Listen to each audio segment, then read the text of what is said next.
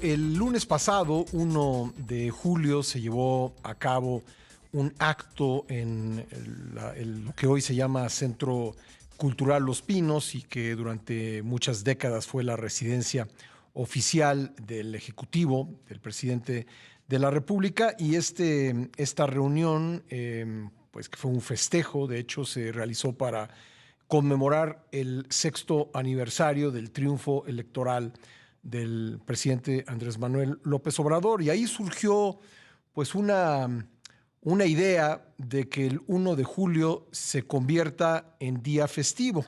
Estuvo ahí encabezando esta ceremonia la virtual presidenta electa Claudia Sheinbaum, incluso pues le instruyó al partido Morena, cuyo dirigente nacional Mario Delgado estaba ahí presente, que realice una consulta para ver cómo le llaman a este 1 de julio, día de la verdadera democracia, o día de la revolución de las conciencias, o día del pueblo de México. En fin, pues dicen que van a hacer una consulta. Y bueno, pues nos preguntamos cómo resulta en la historia de México, pues que una fecha logra convertirse en una fiesta nacional, así como el 16 de septiembre, el 5 de mayo, el 20 de noviembre, el 21 de marzo y otras. Y quisimos platicar de este tema con el historiador Javier García Diego, miembro del Colegio Nacional, quien amablemente aceptó la invitación y nos acompaña en el programa. ¿Qué tal, Javier? ¿Cómo estás? Hola Pascal, aunque a ti no te debería decir hola, sino cuira va, ¿verdad? Como te Cuirabá, gusta saludar a ti. correcto, es correcto, así es en Rarámuri, allá en las tierras de Chihuahua. Oye, querido Tierra. Javier, ¿cómo es que una fecha, cómo es que las fechas que festejamos como país lograron convertirse en fiestas nacionales? Bueno, por lo general son acuerdos, son decretos presidenciales avalados por el Congreso. Ajá. Hay otras maneras de festejar efemérides o personajes, por ejemplo, en las paredes del Senado, del Congreso. Eso depende, claro, de cada cámara. También hay otras que se llaman fechas cívicas, que no llegan a ser, digamos, fechas de asueto, Sí. pero que las consigna siempre, son varias al mes, que consigna el diario oficial. Ujú. Pero Por en ejemplo, este caso, recientemente la fecha, el aniversario luctuoso de Mariano Escobedo, no sabía yo porque vi un día la bandera media asta y pregunté por qué y sí, me dijeron, es que es el aniversario luctuoso de Mariano Escobedo. Y bueno, hay una serie de fechas, digamos, contempladas como tú dices, a lo mejor no es un día de asueto, pero sí es una fecha marcada en el calendario cívico. exactamente, y se llaman fechas cívicas. Y cuando yo fui director del Instituto de la Revolución, nos pedían que les diéramos un contenido histórico de algunos párrafos, no muy largo, a cada fecha cívica. Pues el diario oficial se publica a diario, así que teníamos que hacer un seguimiento de eso. Pero en fin, creo que el tema es otro. El tema, como ya lo anunciaste, Pascal, es la propuesta a un jefe de partido. Y entonces aquí la pregunta es, las fechas, las efemérides partidistas se convierten en efeméride nacional. Hasta donde yo recuerdo, el PRI festejaba el aniversario de su fundación, el 6 de marzo, siempre al interior de su edificio. Sí. Y el PAN, por ejemplo, que era muy difícil su efeméride porque es el 15 de septiembre, no vas a competir con el grito, pero solían organizar una cena en un salón. Yo recuerdo en el Riviera hicieron, bueno, yo obviamente no iba, nunca he sido miembro del PAN, pero me enteraba yo que Ujú. organizaban cenas en el Riviera. Así que ese es el punto, es un efeméride partidista, que no es lo mismo que un efeméride nacional, ¿no?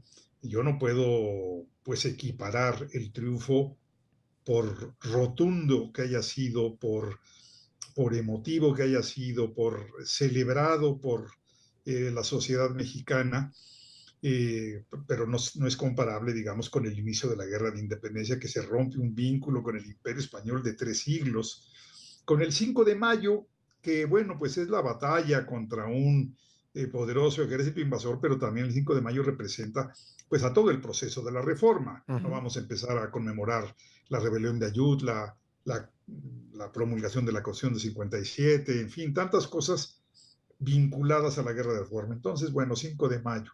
20 de noviembre, pues es el inicio de la lucha contra la dictadura de Porfirio Díaz después de un proceso electoral, o sea, una lucha de una u otra manera legitimada por eso. Hoy ese triunfo es el inicio de la cuarta transformación. Me pregunto si tiene el mismo nivel. No es una lucha contra una dictadura como la de Díaz en unas elecciones épicas, heroicas. Madero estuvo encarcelado incluso.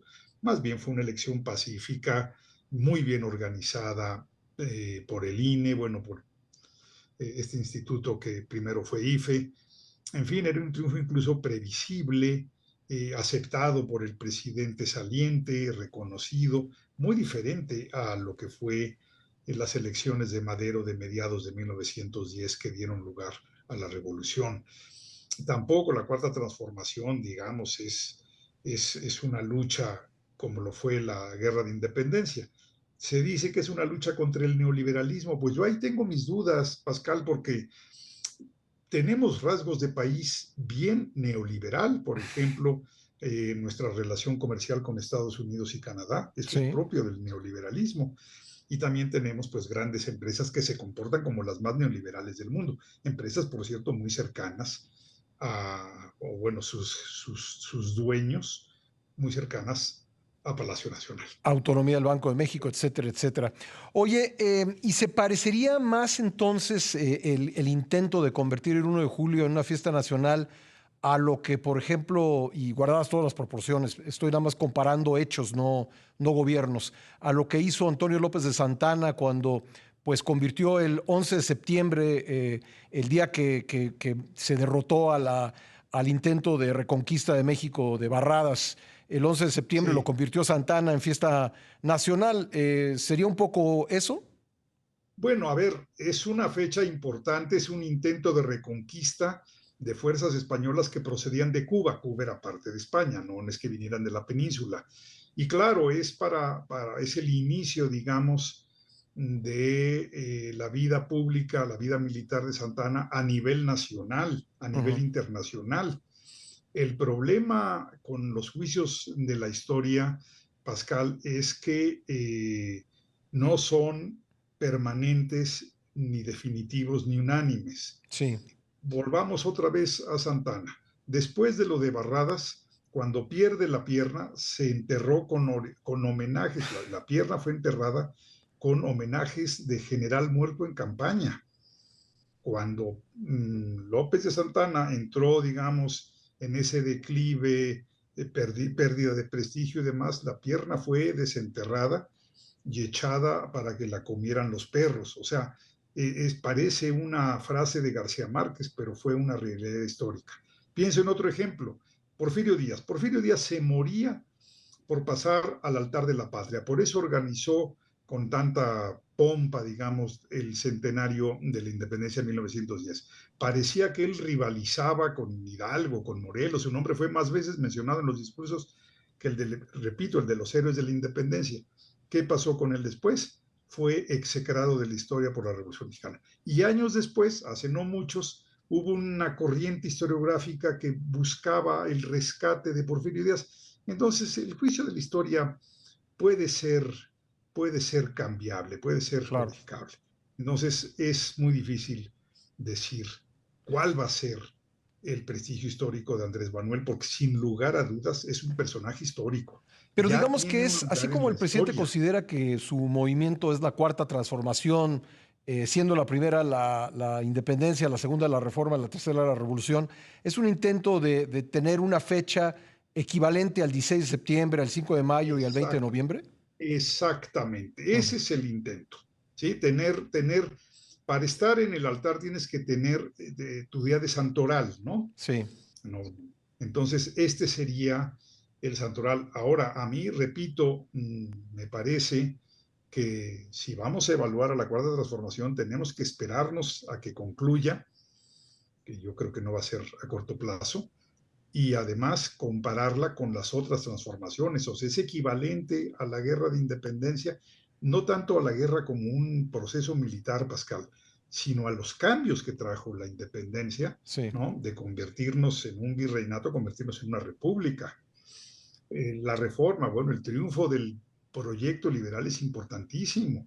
La Revolución Mexicana hizo que los 13 millones de los 15 millones de habitantes que había, 13 vivían en el campo y eran absolutamente desposeídos. Bueno, se convirtieron en ejidatarios, los trabajadores adquirieron derechos laborales, en fin, es una transformación profundísima. Vamos a ver, porque cambios ha habido, algunos a mí me parecen, digamos, a contracorriente, sobre todo en términos políticos. Vamos a ver qué dice la historia. Y repito, el juicio de la historia suele ser muy complejo.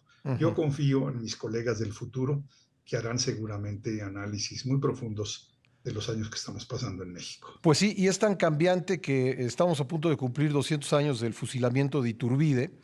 Y bueno, pues fue fusilado y años después, en la década de los 30, si mal no recuerdo, del siglo XIX, pues se le enterró con honores en la Catedral Metropolitana, donde está actualmente sus restos. Entonces, digo, ese es otro ejemplo Bueno, de cómo cambia el juicio de la historia, ¿no? todavía hubo voces en favor de que fuera enviado también con los otros héroes de la independencia a la columna. Sí. O sea, su prestigio más o menos se dirimió al momento del centenario y sobre todo con el triunfo de la revolución, pero sí mantuvo, digamos, simpatías históricas en buena parte del siglo XIX. Ahora, Tienes toda la razón. para que este 1 de julio se convierta oficialmente en día festivo, entonces tendría que emitir un decreto, vamos a pensar, porque ya estamos cerca del final de este gobierno, tendría que emitir un decreto la nueva presidenta en ese sentido. Yo creo que sí, avalado por el Congreso, que no les costaría trabajo. También lo pueden mantener como una fecha partidista que se convierta en verbena popular, pero como bien señalas tú en tu artículo, pues no se deberían usar instalaciones oficiales. Ahora, yo veo que se usa el término histórico con muchísima facilidad. Sí. Y al presidente López Obrador le gusta mucho la historia, sabe de historia de México, y sí utilizan el término histórico con mucha facilidad. En principio, todo es historia. Ujú. Pascal, los sucesos de ayer son historia, pero el término histórico es otra cosa. Y bueno, para mí el triunfo, repito, del 18 es un triunfo no épico, es un triunfo incluso previsible en unas elecciones muy organizadas, pacíficas.